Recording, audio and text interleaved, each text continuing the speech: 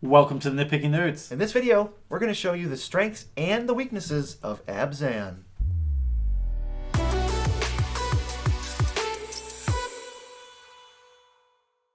I'm your host, Joe Cherries. I'm your host, Beezy, and as you all know, Joe plus Beezy equals the Nitpicking Nerds.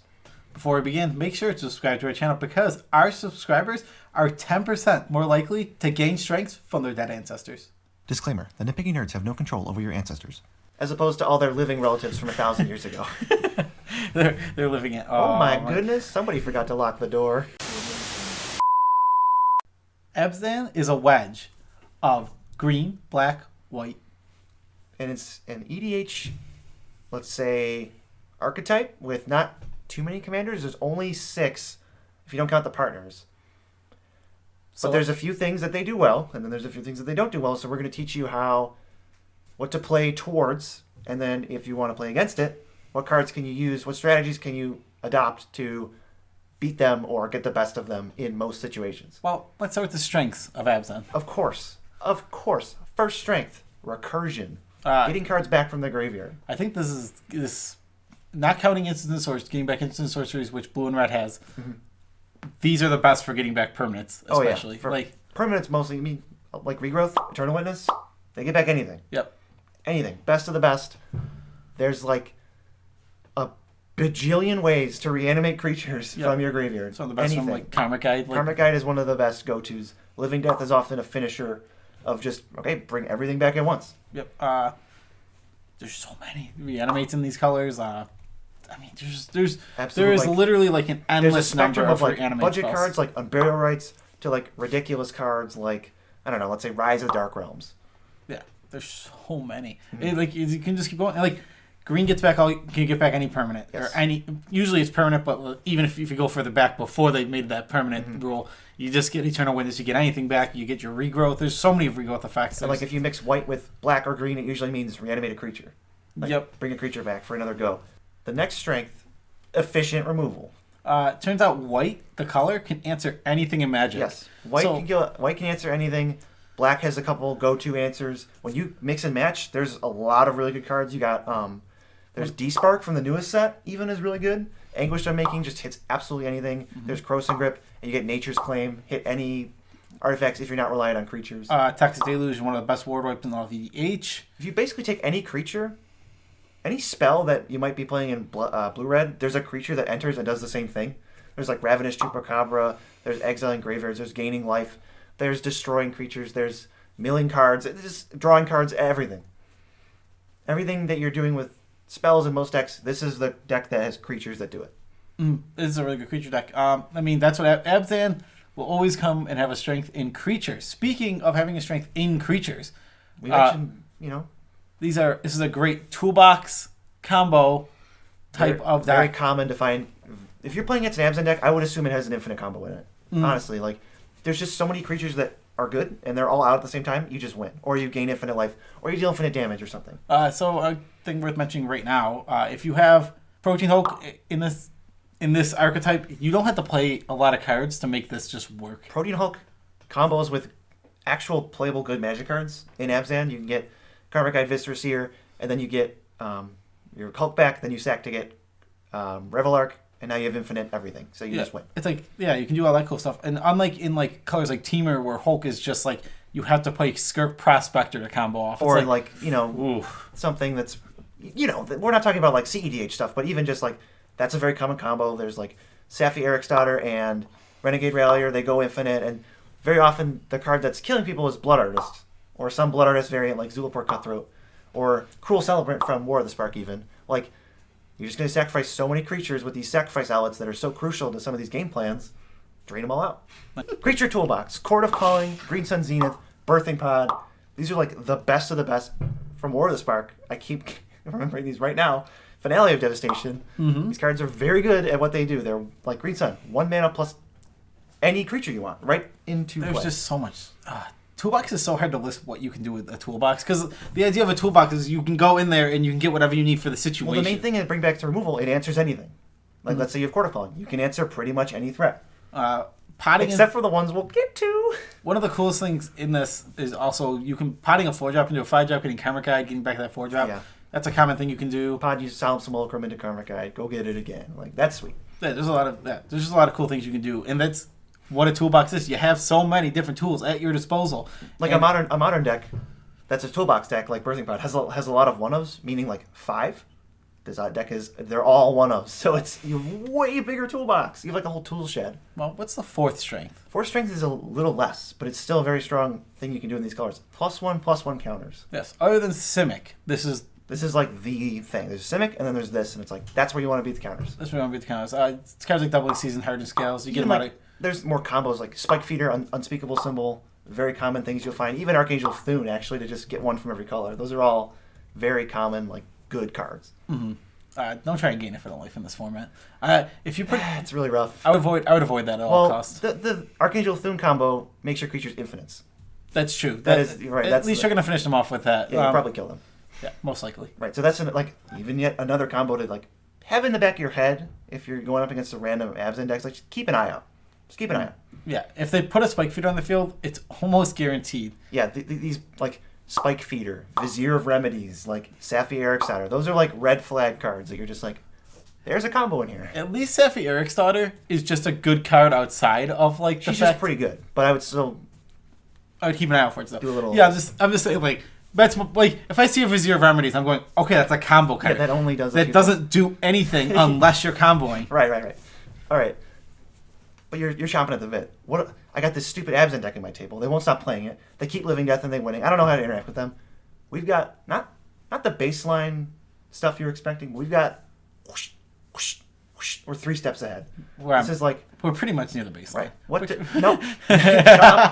This is like actual information you can use, though. First, we want to stop their reliance on the graveyard. That's one of their biggest weaknesses. So, it's their biggest weakness. Is also one of their big... It's funny. One of their biggest strengths is also one of their biggest weaknesses. Just like everything. It's like, yeah, their strength is that they can play with the graveyard very, very well. Also becomes a weakness in that if you remove that graveyard, a lot of their cards become very weak. And Eternal Witness is a terrible card if there's no cards in your graveyard. A Carador deck is like, my graveyard is my hand. That's how you draw cards, right? That's another way you can draw cards without blue. Is you fill up this thing, and then you use this thing. It's like, well, what if I took that out of the equation? It's really hard for a Carador deck to come back if they haven't generated any card draw. You need cards in the hand or a board state. Yeah, and that's like, if the graveyard goes away, it's like, well, now I'm just doomed. Mm-hmm. So, if you've got a couple flex spots, a couple metagame flex spots, Bojuka Bog is just a staple. That's our level 0. Like, actually just play Bojuka Bog always. I think all my buff players play Bojuka Bog, even without ways to get them. I don't even mind. Let's be very clear. I am like the #1 advocate against bad tap lands. If you play Halimar Depths against me, I'm going to tell you that you are wrong and that card is bad. We're not fans of tap lands, but Bojuka Bog is so good that it's worth it because it's just this huge effect on a land. That's why foils are like $30, and it's a common. Nile Spellbomb is actually just really good, I think. If you're in any artifact-based deck, you play Nile Spellbomb, or if you're not in black, you just play Relic of Regeneratus. Yep. Relic is actually really annoying. I've had it played against me. They just go, stop it. Quit it. And then you're just like, well, do I have to try to kill this Relic because I can't function this way, putting 1 or 2 cards a turn? Or do I have to just go off and force them to exile it? It's a really weird, annoying minigame. The power of Nile Spellbomb and Relic are that they both cycle. So you're not just playing a card like the weakness of Rest in Peace is that 1, your graveyard can't have a lot of graveyard interaction, and 2, you're losing a card. It's just like, well, if they weren't going to do anything, or if you're playing against mono green decks, they don't care. Yeah, it's like if the certain matchups, Rest in Peace won't be that strong, and then on top of that, your deck can't be built as strong as it can be. But Nile Spellbomb and Relic, they're 2 mana, and they're actually they have really solid effects. And now Relic, you can just hit people all over. Like, that's really, get that out of there. Yep, and they get cycled around. You have a strong reliance on creatures is the next weakness, which is funny. I think it really comes down to when you're looking at these, how they're, like when you're looking at their strengths, you need to look at how their weaknesses, because every strength is a weakness. For almost... Yeah, if you can twist it and say, well, you have a creature that does everything. Well, what if I stopped creatures? A good base example of that is 5 colors. Why would you not play 5 colors every single time in Magic? Well, your mana base automatically gets weaker. It's just like so hard to cast your spells. Yeah, exactly. It's like, why would you not always play 5 colors? And then like even like cards like Blood Moon are like, well, now that becomes your weakness. Like, how am I beating a Blood Moon with my 5 color deck? I'm not. Right. So I think one of the biggest hosers, it's not super common, but if you're playing a creature deck, you got to watch out for what is it called? Humility. Humility is just like it can be just GG if your creature deck is built so reliant on it. And I've had it where there's somebody's playing a control deck, they don't play any creatures, and somebody's got like, my creature's gonna do anything. It's like, well, what about now? Humility is a very underrated card in EDH. It's expensive. How expensive is it? We'll be right back after a word from our sponsor. Subscribe. Back! And it's $34. Yes. Yes, it is. It's a really good card. The commercial break just scattered my brains. Yeah, it just broke you. Yeah. Blasphemous Act just gets even better here. I mean, it's a commander staple, but like, this is why it's a commander staple. There's so many decks that just puke out creatures. You just spend 1 mana, and then you can use the rest of your mana to interact with their next spell, or inherit their graveyard, or play your own threat or something. And if you play one of these board wipes followed by something like a Bajuka Bog, these decks really suffer. Oh yeah. If they didn't have some way of like drawing extra cards, you're going to put them very far behind, because they come to a point, especially because you're so reliant on your graveyard in the Abzan usually, that you're going to have a lot of resources, and sometimes you won't be able to put them back in your any in your hand. So you just have to put like everything on the board. It's tough to salvage. It's all out there. It's like all your resources are visible. You're not holding up anything. Exactly. They're all visible, and then they get destroyed. It's like, well, I have my graveyard now. That's a resource. Yes. If you also remove that resource, it often could put a deck like that so far behind that they can't come back. Yeah. Don't attack their hand. It's like I play cards that just everybody discard their hand. Who cares? Once everybody discards, I'm gonna win. Another one that's like you can do a protect the queen strategy. Elish Norn. Oh, Elish. Any creature deck, Elish Norn plus anything to protect her is like they are out of the game until someone else needs to kill Elish Norn. Yeah, and if you play like, it's tough to come back. Yeah, if you're playing a low to the ground deck, like tokens, or you're playing a strategy like where you're playing a go wide kind of cards, you just have so much trouble. What do you do against a card like that? It's really, really good. Definitely don't sleep on that one. Yeah, don't sleep on that one against creature decks. Like, and I don't think anyone does. To be fair, fair, no, it's not anyone's like spec on Elish Norn. Yeah, no one's sleeping on Elish Norn, but it's just a good note that it is a weakness of Abzan decks. Usually, it's a specific card that's like extra tough. Okay, weakness number 3. What is it? This is the weakness. EDH, the big one. One of the best colors in EDH is blue, and for the reason, probably just the best one, realistically. Yes, and it's if not, it's number 2. Yeah, worse. But we're not going to dispute that. Yeah, we're not going to dispute where it lands. But not having blue and being in Abzan here does not let you interact with spells in the stack, which is super hard. And now you can technically, there are a few spells here and there, but that will not synergize with your deck at all. Yeah, exactly. First of all. Yeah, exactly. So there are a few cards. Don't need to talk about them. It's not worth mentioning. You basically can't. Mm-hmm. There's a spell. If there's a spell in the stack, let's say Expropriate, some huge proactive spell, the Abzan player has to either kill you before you cast it, or just go like, I need to be able to recover from this. Yeah. Yeah. Exactly. Like Expropriate's a really big one. Rise of Dark Realms is tough. It depends though. Rise of Dark Realms can be tough for your deck because if you're playing, because a lot of times you're going to be based around the graveyard. Yeah. If you're in the counters deck, not as much, but. Again, Abzan, it's going to rely on its graveyard in some way you want to. You just want to. You are actively incentivized to. If you're not, you're probably not playing the Abzan the best way possible. You could build it more optimally, you know. Yeah, exactly. If you're not relying on the graveyard in some, at least little way, you're not doing it optimally, like BZ said. Another awkward thing that I guess is hard for anyone to interact with, but it's especially tough because you don't have counterspells. There's this whole, like, I'm going to do something proactive, but first I'm going to play Teferi Mage of Zhalfir, or Teferi Time Raveler from War of the Spark, or let's say Dosen the Falling Leaf. Like, something that protects my things on my turn. Abzan's just like, I had a swords, but I can't do anything about that. Yeah, exactly. Those you fall extremely weak to those cards. Those cards are really good. I think sometimes they get overlooked sometimes, I feel like. Teferi Mage of Zhalfir can be a beating.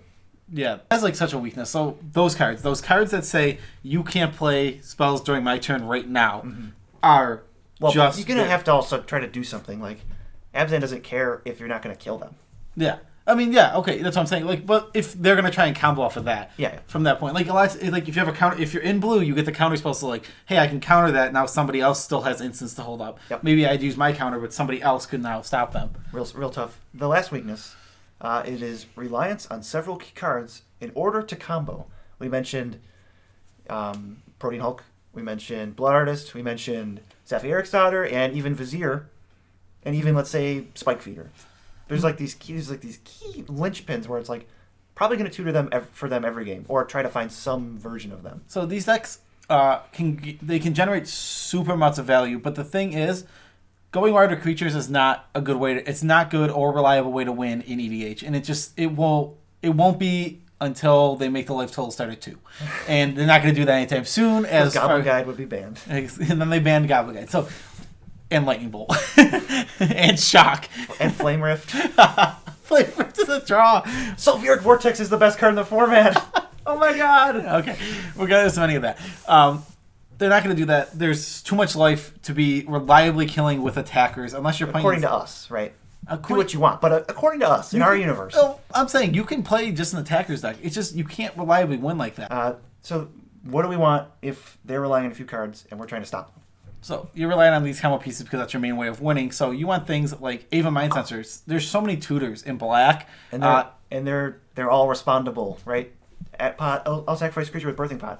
Even Mind Sensor. Also, oops. Yeah, I was gonna say green also has a lot of tutor effects, like all the green sun effects. Court of Calling.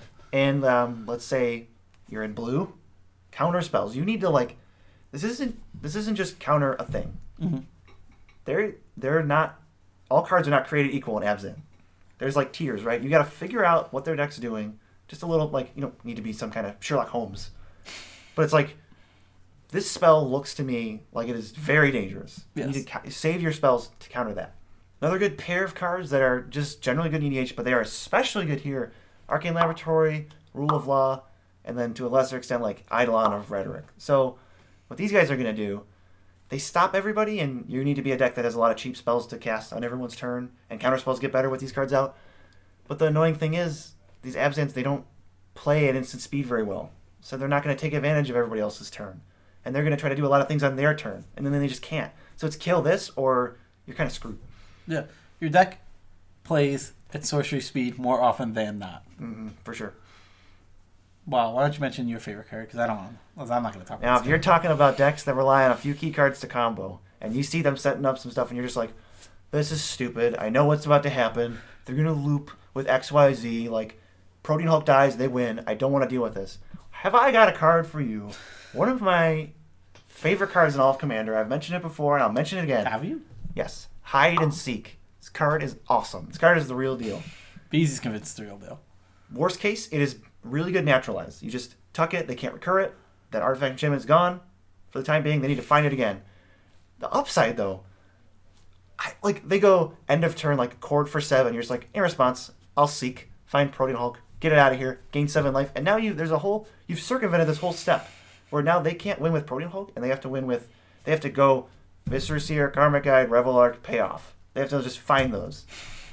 Or even, let's say, Vizier. They have Vizier of Remedies out, and then they're like, oh, search for a thing, or stop them on their draw step. Whatever you want to do. You want to just get that out. That's not even the mode you use that most often, but it's hilarious. It feels so good. It's my favorite addition to Naturalize. I think it's really good. I think you guys should try it. I love it. This is the end of the video. We need to wrap up our thoughts. Strengths and weaknesses. They're really good at creatures. They're really good at graveyards. And that means they're really weak when you target their creatures, and they're really weak when you target their graveyards. Yeah, that's the main thing to know. You don't play well at instant speed. You play well at sorcery speed. And so things that are preventing you from playing in those ways are good. Things that prevent your jungling of creatures back and forth from the graveyard. Stop that. Not being able to interact with spells is a huge weakness. Searching their library all the time. Yep. Finding a few key combos. Yep. These are strengths. These are weaknesses. They work. The strengths are the weaknesses a lot of the time, and you will hear us talking about how you could take Twist advantage of them to your advantage, like this. Make a little twisty motion. We're probably going to talk about some other combination next week. We might just do that. But for now... No. But for now, special shout-outs to all of our patrons on this awkwardly sized card right here. There's 7 of them, and you know what website to go to if you want me to Photoshop it to be even more awkward with your name. Yeah, or if you're got a bunch of friends, tell them all, and we won't even be able to fit them on a card and we'll have to do something else. Let's do something even cooler. So we got Joe, Jordan, Joseph, Tyler, Zach, Adam, and Dustin. That's all 7 of them. They're all equally amazing. We love you all from the bottom of our hearts to this part of our heart, the middle. Yeah, the middle. So you're the best people in the world. We love you all. We're going to be doing more of this in the future. Yep. And Tell us in the comments below what color combination you would like to see next. 3 color. We're going to do wedges first. We're going to do wedges, then we're going to do... next wedge. What wedge do you want? What wedge do you want? And also, peace out, Chips. Go.